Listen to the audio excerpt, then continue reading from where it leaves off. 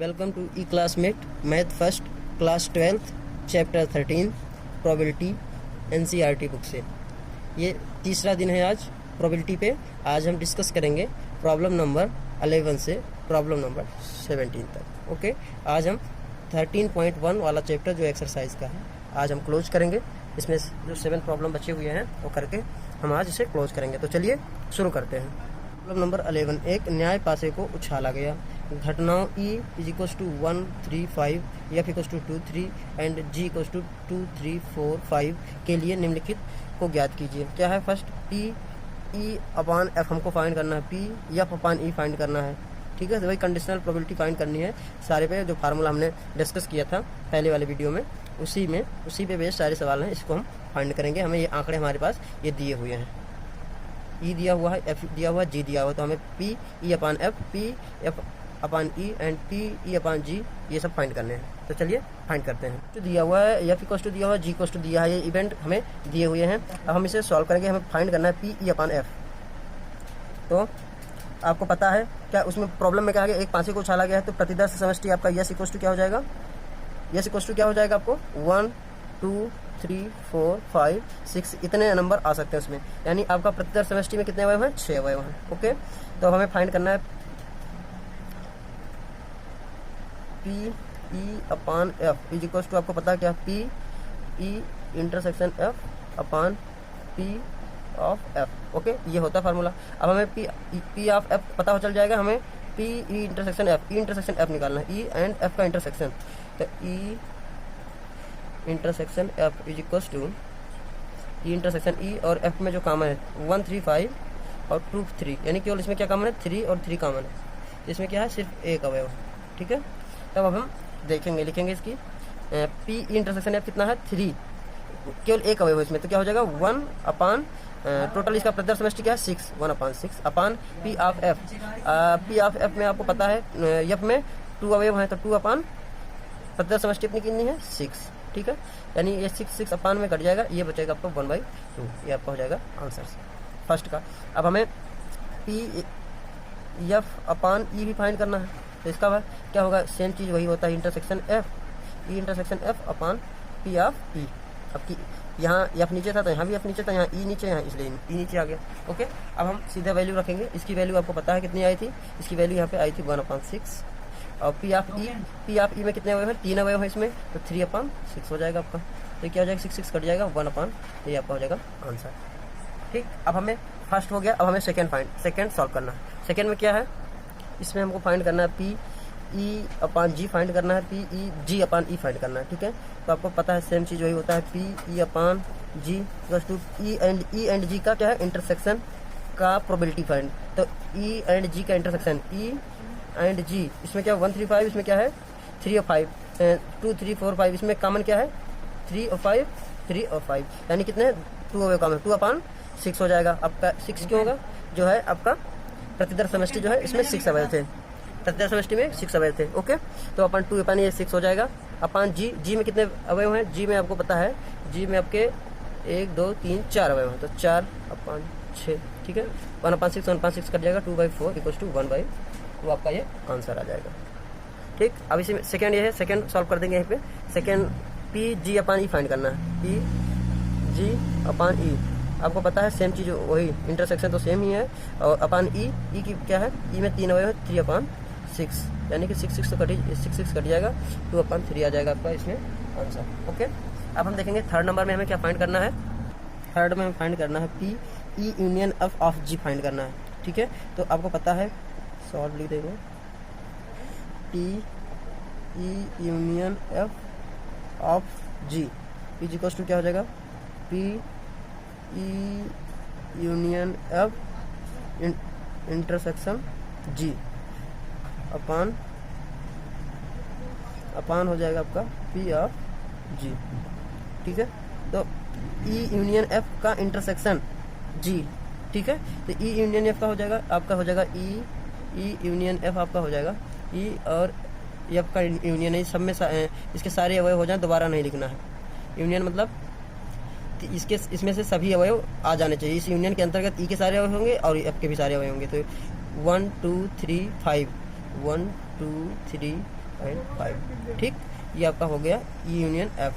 अब इसका intersection E union F का इंटरसेक्शन फाइंड करना है हमें किसके साथ में, जी के साथ में। ओके, तो जी के साथ इसमें जिसमें जो कॉमन हो वो लिखना है केवल 2 3 4 5। 2 3 4 नहीं इसमें, तो 2 3 5 केवल कॉमन होगा इसमें, 2 3 5। ओके, अब इसमें कितने अवयव हैं, इसका पी आपका फाइंड करना होगा, तो पी आप पूरा जो है ये लिखा जो है कितना हो जाएगा 3/6। ओके, ये आपका हो जाएगा 3/6। अब यहाँ पे हम इसकी वैल्यू रखेंगे, क्या हो जाएगा 3/6। इसकी वैल्यू हमने फाइंड कर ली है। अब P of G, probability of G, अब जी में कितने हुए हैं 1 2 3 4, तो 4/6 आपका हो जाएगा। 6 जो था प्रतिदर्श समष्टि था। ठीक, अब ये 6 कट जाएगा, आपका आ जाएगा 3/4। ये हो जाएगा आपका आंसर। अब देखेंगे इसी में दूसरा हमें फाइंड करना था पी ई इंटरसेक्शन एफ। ठीक है, P of E intersection F of G है। ओके, हाँ, इसको फाइंड करना हमें, तो सेम चीज़ हमें पहले ई इंटरसेक्शन एफ फाइंड करना है। ई इंटरसेक्शन एफ, ई एफ में जो दोनों में कॉमन हो, ई एंड एफ में दोनों में कॉमन क्या है, ओनली 3। ओके, अब इसके ई इंटरसेक्शन एफ हो गया, इसका किसके साथ यूनियन, जी के साथ यूनियन, जी के इंटरसेक्शन किसके साथ में, जी के साथ में। तो जी में क्या है, ये भी इसमें भी 3 है, तो दोनों में 3 है, यानी ऊपर केवल सिर्फ एक अवयव हो जाएगा। E intersection F intersection G equals to क्या हो जाएगा आपका 3। इसमें सिर्फ एक अवयव, यानी ये हो जाएगा आपका 1/6। यहाँ हो जाएगा 1/6 अपान जी की वैल्यू, प्रोबेबिलिटी ऑफ जी आपको पता है 4/6 होता है, 4/6 इक्वल्स टू आपका हो जाएगा 6 कट जाएगा, 1/4 आंसर आ जाएगा। अब देखेंगे प्रॉब्लम नंबर 12। इसमें कह रहा है मान लें कि जन्म लेने वाले बच्चे का लड़का या लड़की होना संभाव्य है यदि किसी परिवार में 2 बच्चे हैं। कितने बच्चे हैं, 2 बच्चे हैं, तो दोनों बच्चों के लड़की होने की सप्रतिबंध प्रायिकता ज्ञात कीजिए। क्या है, दोनों बच्चों के लड़की होने की सप्रतिबंध प्रायिकता ज्ञात करना है। क्या दिया हुआ है, यानी घटना आपका ई हो जाएगा क्या, दोनों बच्चे के लड़की होने का। ओके, ये दिया हुआ क्या है, यह घटना क्या हो जाए, दिया हुआ है यह घटना सबसे छोटा लड़का, सबसे छोटा बच्चा जो है लड़की है, ये आपका घटना यह एक कंडीशन में बनेगा, दूसरे कंडीशन में यह ए बनेगा। ठीक है, तो अब हम चलिए फाइंड करते हैं। इसमें क्या कहा गया है कि किसी परिवार में 2 बच्चे हैं और उनमें लड़का या लड़की होना संभाव्य है, तो इसका हम इवेंट 12 में कह रहे हैं कोई अगर किसी परिवार में 2 बच्चे हैं तो कितने प्रकार से हो सकते हैं, टोटल प्रतिदर्श समष्टि बनाएंगे। उसमें हम कहते हैं पहला लड़का इसमें बॉय हो और दोनों लड़के बॉय हो, फिर उसके बाद हम सोचते हैं नहीं चलो पहला बॉय हो जाए दूसरा गर्ल आ जाए, या फिर पहली गर्ल आ जाए दूसरा बॉय आ जाए, या फिर हो सकता है कि दोनों गर्ल ही गर्ल हो जाएं बच्चे। ठीक है, संभाव्य है, कुछ भी हो सकता है। तो ये 4 कंडीशन प्रतिदर्श समष्टि में आपके बनते हैं। उसके बाद इन्होंने कहा हमें घटना ही क्या है, दोनों बच्चों के लड़की होने की सप्रतिबंध प्रायिकता ज्ञात करना है हमें। तो आपको पता है घटना ई इसमें क्या है, दोनों बच्चे के, घटना ये दोनों बच्चों के लड़की का, दोनों बच्चों का लड़की होना। ओके, अब दोनों बच्चे अगर लड़की हैं तो इसमें कौन सा, इसमें से इवेंट ई में क्या बनेगा आपका, दोनों में अगर दोनों बच्चे लड़की हैं तो सिर्फ दोनों बच्चे लड़की हैं ये वाले हैं, यानी जी कामा और जी हो जाएगा सिर्फ। ओके, सिर्फ इसमें कितने अवयव हो गए 1। इसका प्रोबेबिलिटी ऑफ ई आपका कितना हो गया 1/4। अब हम देखेंगे घटना यफ, इसमें जो फर्स्ट दिया हुआ सबसे छोटा बच्चा लड़की है, सबसे छोटा बच्चा फर्स्ट लगा रहे हैं, सबसे छोटा बच्चा लड़की है, सबसे छोटा बच्चा लड़की है, तो क्या हो जाएगा, सबसे छोटा कौन सा होता है, तो बाद में जन्म लेता है बच्चा वही क्या है छोटा होता है, तो बाद में छोटा, सबसे छोटा बच्चा लड़की, यानी बाद में जो आई हो लड़की हो।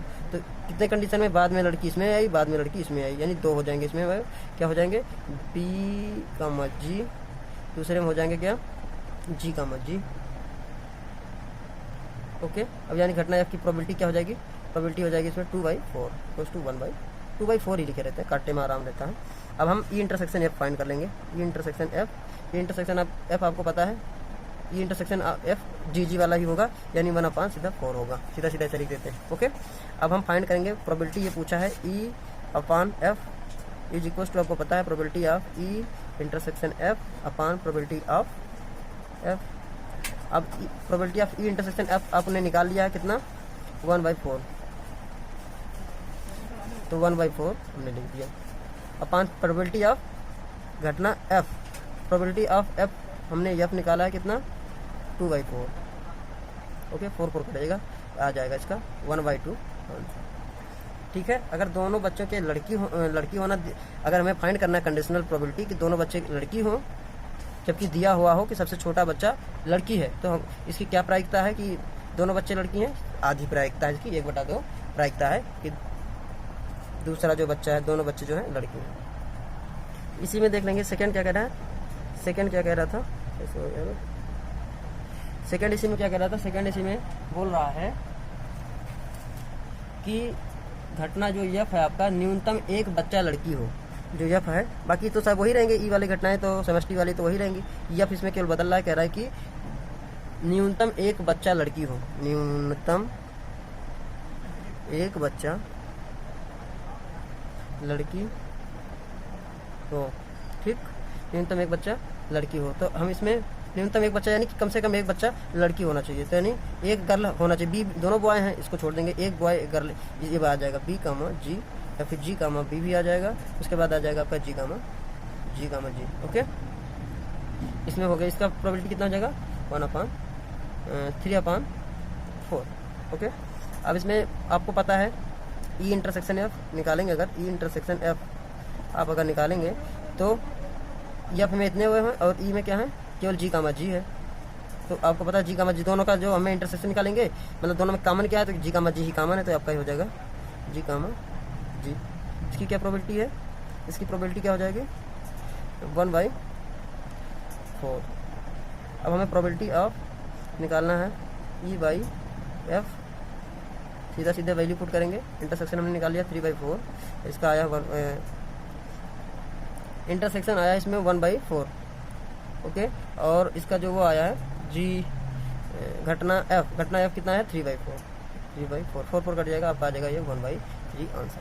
ओके, 1/3 संभावना है किसकी, कि न्यूनतम एक बच्चा लड़की हो, ये दिया हुआ है, तो दोनों बच्चों के लड़की होने की जो न्यूनतम संभावना है 1/3 है। ठीक है, अब देखेंगे प्रॉब्लम नंबर 13। एक प्रशिक्षक के पास में 367 प्रकार के आसान प्रश्न, 267 प्रकार के कठिन प्रश्न, 500 बहुविकल्पीय प्रकार के आसान प्रश्न और 400 बहुविकल्पीय प्रकार के कठिन प्रश्न हैं। तो प्रश्नों के संग्रह से एक प्रश्न यादृच्छा चुना जाता है, तो एक आसान प्रश्न की बहुविकल्पीय होने की प्रायिकता क्या होगी। एक आसान प्रश्न की बहुविकल्पीय होने की प्रायिकता क्या होगी, तो हमें किसमें क्या ज्ञात करना है, आसान प्रश्न की प्रायिकता हमें ज्ञात करना है। अगर क्या बहुविकल्पीय, वो प्रश्न जो है सभी बहुविकल्पीय हैं, ये दिया हुआ है, तो हमें क्या ज्ञात करना, आसान प्रश्न। आपको पता है जो हमें जिसकी प्रायिकता ज्ञात करनी होती है उसे हम घटना ई मानते हैं, और जो पहले से हो चुका होता है उसे घटना यफ मानते हैं। तो बहुविकल्पीय है तो पहले से पता है, हमें आसान प्रश्न के प्रायिकता फाइंड करनी है, तो घटना ई से मानेंगे क्या, आसान। अब इसे देखेंगे, सॉल्व करेंगे। घटना ई क्या है, आपका आसान प्रश्न होने का घटना है। तो आसान प्रश्न कितने हैं, आसान प्रश्न आपको पता है कितने हैं, 300 आसान प्रश्न 300 इधर से है सत्य वाले, और आसान प्रश्न बहुविकल्पी कितने हैं 500, 5 3 टोटल 800 प्रश्न हैं। ठीक है, और सबसे पहले तो निकालेंगे प्रतिदर्श समष्टि। टोटल कुल कितने प्रश्न हैं, तो 3 2 5 और 5 10 और 4 1400, टोटल 1400 प्रश्न हैं अपने। आसान कितने थे 800, बहुविकल्पीय टोटल कितने हैं, बहुविकल्पीय कितने हैं 5 और 4 900। ठीक है, अब हमें फाइंड करना है दोनों में ई इंटरसेक्शन ये फाइंड कर लेंगे, यानी कि बहुविकल्पीय आसान भी हो बहुविकल्पीय भी हो, आसान वाली लाइन में हो बहुविकल्पीय वाली लाइन दोनों में हो। तो आप देखेंगे कि आसान वाले भी लाइन में और बहुविकल्पीय वाली लाइन में कौन सा है, ये 500 आता है। ठीक है, तो इसमें कितने हैं 500 क्वेश्चन है। तो अब हमें फाइंड करना है probability of E upon F, probability of E upon F हमें फाइंड करना है। तो आपको पता है probability of E upon F equals to probability of E intersection F upon probability of F. Okay, तो ई इंटरसेक्शन एफ जो है अपना कितना है 500 अपान प्रतिदर्श समष्टि कितना है 1400। ओके, और अब देखेंगे प्रोबेबिलिटी ऑफ एफ कितना है, प्रोबेबिलिटी ऑफ एफ आपका है 900 अपान 1400। ओके, 1400 कट जाएगा ये, और 00 कर देंगे, 5/9 आपका जो आएगा ये आंसर हो जाएगा। ठीक, ये हो गया आपका आंसर। अब देखेंगे नेक्स्ट प्रॉब्लम, देखेंगे प्रॉब्लम नंबर 14। इसमें क्या रहा है कि ये दिया गया है कि 2 पासों को फेंकने पर, यानी कितने 2 पासे उछाले जाते हैं, ठीक है, पर प्राप्त संख्याएं भिन्न भिन्न हैं। अब ये घटना हो गया क्या कि प्राप्त संख्याएं भिन्न भिन्न हैं, प्राप्त संख्याएं भिन्न भिन्न है, यानी ये घटना में पहले से पता है, यानी ज्ञात है, घट चुकी है पहले। तो ये क्या है, कौन सा बनेगा आपका इवेंट बनेगा आपका एफ। दोनों संख्याओं का योग 4 होने की प्रायिकता ज्ञात करनी है, यानी दोनों संख्याओं का 4 होने की जो घटना है, दोनों संख्याओं के 4 होने की घटना, ये आपका ई होगा, यही हमें फाइंड करना है। दिया गया है, क्या कहा गया है इसमें कि 2 पासे उछाले जाते हैं, उसमें प्राप्त संख्याएं भिन्न भिन्न है, ये घटना आपका एफ हो गया। दोनों संख्याओं का योग 4 होने की प्रायिकता में फाइंड करनी, घटना आपका ई हो जाएगा। अब जैसे हमें 2 पासे अगर उछाले जाएंगे तो एक पासे पे कितने 1 से 6 तक अंक आते हैं, दूसरे पासे कितने आते हैं, उसमें भी 1 से 6 तक आ सकते हैं। टोटल प्रतिदर समष्टि में कितने अवयव हो जाएंगे, 36 अवयव हो जाएंगे। फिर इसमें क्या कहा गया, घटना एफ आपका कहा क्या है कि दोनों प्राप्त संख्याओं का योग पासे उछालेंगे तो उन पे प्राप्त संख्याएं भिन्न भिन्न है, तो भिन्न भिन्न में है, यानी कि 1 1 नहीं होगा, 2 2 नहीं होगा, 3 3 नहीं होगा, यानी कि 1 1 1 नहीं होगा, 1 2 होगा, 1 3 होगा, 1 3 होगा, ऐसे कितना होगा 1 6 तक। ओके, यानी कितना हो जाएगा, ये 5 अवयव इधर हो जाएंगे। फिर 2 कामा 1 से होगा, 2 कामा 3 होगा, फिर ऐसे हो जाएगा। यानी कि कौन कौन से इसमें नहीं होंगे, इसमें 1 कामा 1 नहीं होगा, 2 कामा 2 नहीं होगा, और 3 कामा 3 नहीं होगा, 4 कामा 4 नहीं, 5 कामा 5 नहीं, 6 कामा 6 नहीं, यानी टोटल 6 अवयव कम हो जाएंगे। यप में टोटल कितने अवयव हो जाएंगे, यप में आपके हो जाएंगे 6 कम हो जाएंगे 36 में से, यानी इसमें 30 अवयव हो जाएंगे। घटना ई जो आपका है क्या है कि प्राप्त संख्याओं का योग जो है, दोनों संख्याओं का योग जो है 4 होना चाहिए। इसमें से हमें वो इवेंट छांटने जिसमें से प्राप्त संख्याओं का योग 4 हो, यानी कि अगर दोनों पासों के ऊपर कितनी संख्याएं हैं तो योग 4 हो जाएगा। तो एक आ जाए 1 पे, दूसरे पे आ जाए आपका 3, ठीक है। और उसके बाद इस पे आ जाए 2 पहले पे, और दूसरे पे भी आ जाए 2, तीसरे पे आ जाए आपका 3, पहले पे आ जाएगा आपका 3 और दूसरे पे आ जाएगा आपका 1, तब भी हो जाएगा। अब आगे देखेंगे तो संख्याओं का योग 4 नहीं होगा, इसमें सिर्फ 3 अवयव होंगे। अब हम फाइंड कर लेंगे ई इंटरसेक्शन एफ। ई इंटरसेक्शन एफ में आपका कौन सा अवयव हो जाए, ई और एफ में दोनों में क्या क्या माने, 1 कामा 2, इसमें 2 कामा 2 नहीं होगा क्योंकि सेम वाला नहीं है, ये वाले नहीं है, यानी 2 कामा 2 नहीं, बाकी ये कामा 3 और 3 कामा 1 ये दोनों होंगे, यानी 1 कामा 3 और 3 कामा 1 ये दोनों इसमें होंगे। अब हमें प्रोबेबिलिटी फाइंड करें इसका, तो पी ऑफ एफ हो जाएगा आपका, P of F equals to हो जाएगा 30/36, पी ऑफ ई हो जाएगा आपका 1 2 3 3/36, P of A E intersection F आपका हो जाएगा 2/36। अब हम फाइंड करेंगे क्या, probability of E upon F, आपको पता है तो क्या होता है, probability of E intersection F upon probability of F. Probability of E intersection F की वैल्यू हमने यहाँ से निकाली, कितनी है 2/36 अपॉन प्रोबेबिलिटी ऑफ एफ की वैल्यू है कितनी 30/36। अभी करेंगे इधर सिंप्लीफाई इसको, तो 2/36 ये वाला लिख दिया हमने। फिर अब इसको नीचे से ऊपर ले जाएंगे तो ये उल्टा हो जाएगा, ये हो जाएगा आपका 36/30। अभी 36 कट जाएगा, 2 1 2 एंड 2 15 30। ओके, ये हो जाएगा आपका 1/15 आपका आंसर। ओके, देखेंगे प्रॉब्लम नंबर 15। इसमें कह रहा है कि एक पासे को फेंकने के परीक्षण पर विचार कीजिए। यदि पासे पर प्रकट संख्या 3 का गुणज है तो पासे को पुनः फेंकें, और यदि कोई अन्य संख्या प्रकट हो तो एक सिक्के को उछालें। घटना न्यूनतम एक पासे पर 3 प्रकट होना दिया गया है, तो घटना सिक्के पर पट प्रकट होने की सप्रतिबंध प्रायिकता ज्ञात कीजिए। तो प्रश्न में क्या कहा गया है, प्रश्न में कहा गया कि एक पासा उछाला जा रहा है, उस पर विचार कीजिए आप। यदि पासे पर संख्या 3 या उसका 3 का गुणज मतलब 3 हो या 6 हो तो पासे को पुनः फेंकेंगे, और यदि 3 या 6 के बजाय अन्य कोई संख्या आती है तो एक सिक्के को उछाला जाए।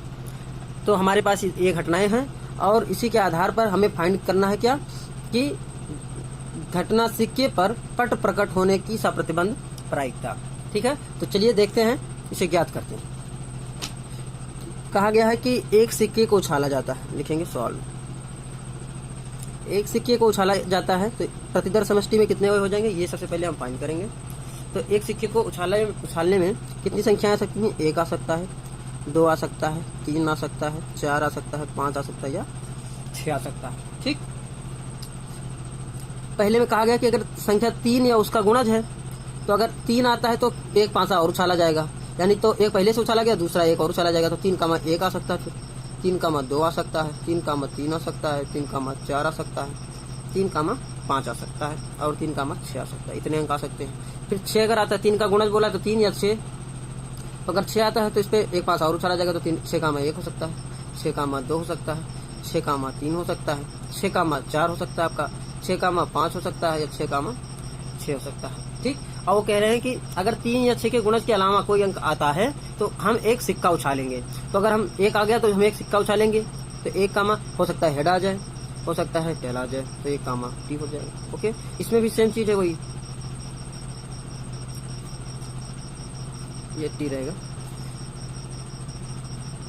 4 कामा टी, 5 कामा एच, 5 कामा टी। ओके, तो आपके कुल कितने प्रतिदर समष्टि में कुल कितने अवयव हो गए? तो 6 तो ये हो गए, 6 ये हो गए 12, और 4 ये 12 4 16 और 16 4 20। प्रतिदर समष्टि में कुल कितने अवयव हो गए? 20। यस बराबर आपका आ गया 20। ठीक, अब हम देखेंगे, हमें घटना कहा गया, घटना ई।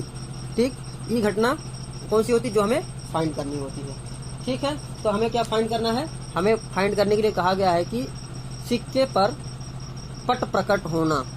ठीक है, तो सिक्के पे पट कितने पट फॉर टेल आपको पता है, तो पट कितने कितने पाए? हम ई वाली घटना में जो अवयव आएंगे उसको लिखेंगे।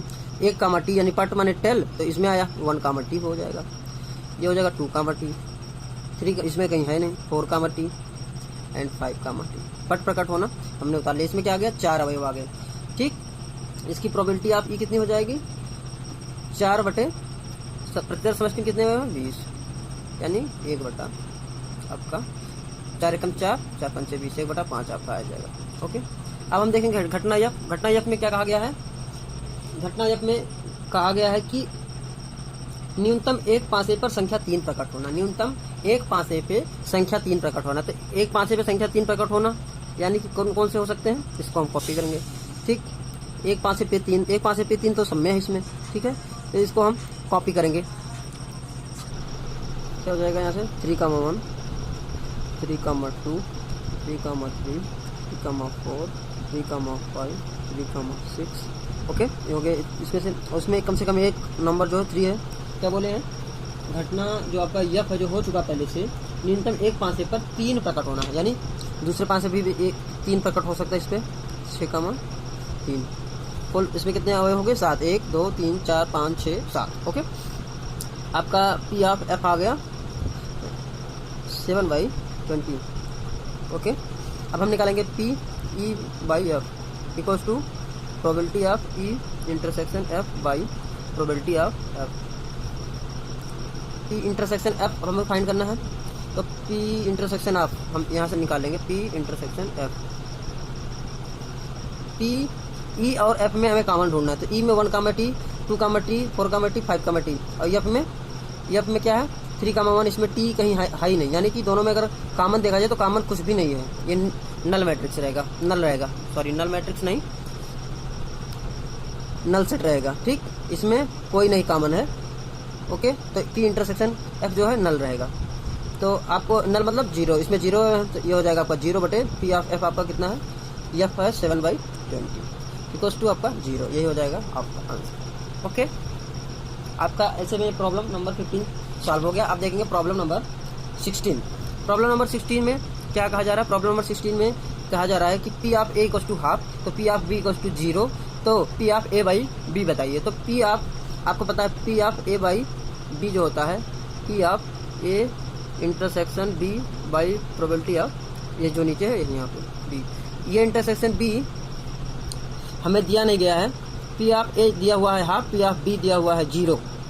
अब आपको जब पता है तो पी ऑफ बी अगर 0 दिया हुआ है, यानी कि नीचे वाली की वैल्यू अगर P of A intersection B upon अगर कोई नीचे वैल्यू 0 आ जाती है, तो इसका क्या मतलब हो जाता है? परिभाषित नहीं, अपरिभाषित। तो इसका सी वाला ऑप्शन सही हो जाएगा, परिभाषित नहीं होगा इसका। ओके, अब ये कह रहे हैं ये और बी दोनों घटनाएं इस प्रकार है कि P of A by B equals to P of B by A हो, तो इसमें से कौन सा ऑप्शन सही है? तो आपको पता है P of A by B equals to P of B by A. P of A इसकी क्या होती है? ये क्या फार्मूला होता है इसका? P of A intersection B by P of जो नीचे होता है वही। ओके, इक्वल्स टू ये वाले में क्या दिया हुआ है? P of A intersection B by P of जो नीचे दिया हो, क्या नीचे दिया हो? ए। ओके, अब आप देखेंगे ये दोनों सेम कट जाएंगे, तो क्या हो जाएगा? अब इसका मल्टीप्लाई हो जाएगा तिरछा वाला, कैंची मल्टीप्लाई। ओके, अब ये हो जाएगा P of A is equals to P of B. Okay, ऐसे में कौन सा ऑप्शन सही होता है? इसका ऑप्शन नंबर डी सही हो रहा है। ऐसे में ये एक्सरसाइज 13.1 आपका समाप्त हो रहा है, और नेक्स्ट वीडियो से स्टार्ट करेंगे 13.2 और मल्टीप्लिकेशन थ्योरम के साथ उसको एक्सप्लेन करेंगे। तो इस वीडियो में बस इतना ही था। अगर आपको हमारी वीडियो इन्फॉर्मेटिव लग रही हो तो आप हमारे चैनल को सब्सक्राइब कर सकते हैं और ये वीडियो दूसरों को भी शेयर कर सकते हैं। तो इस वीडियो में बस इतना ही था। Okay, thanks.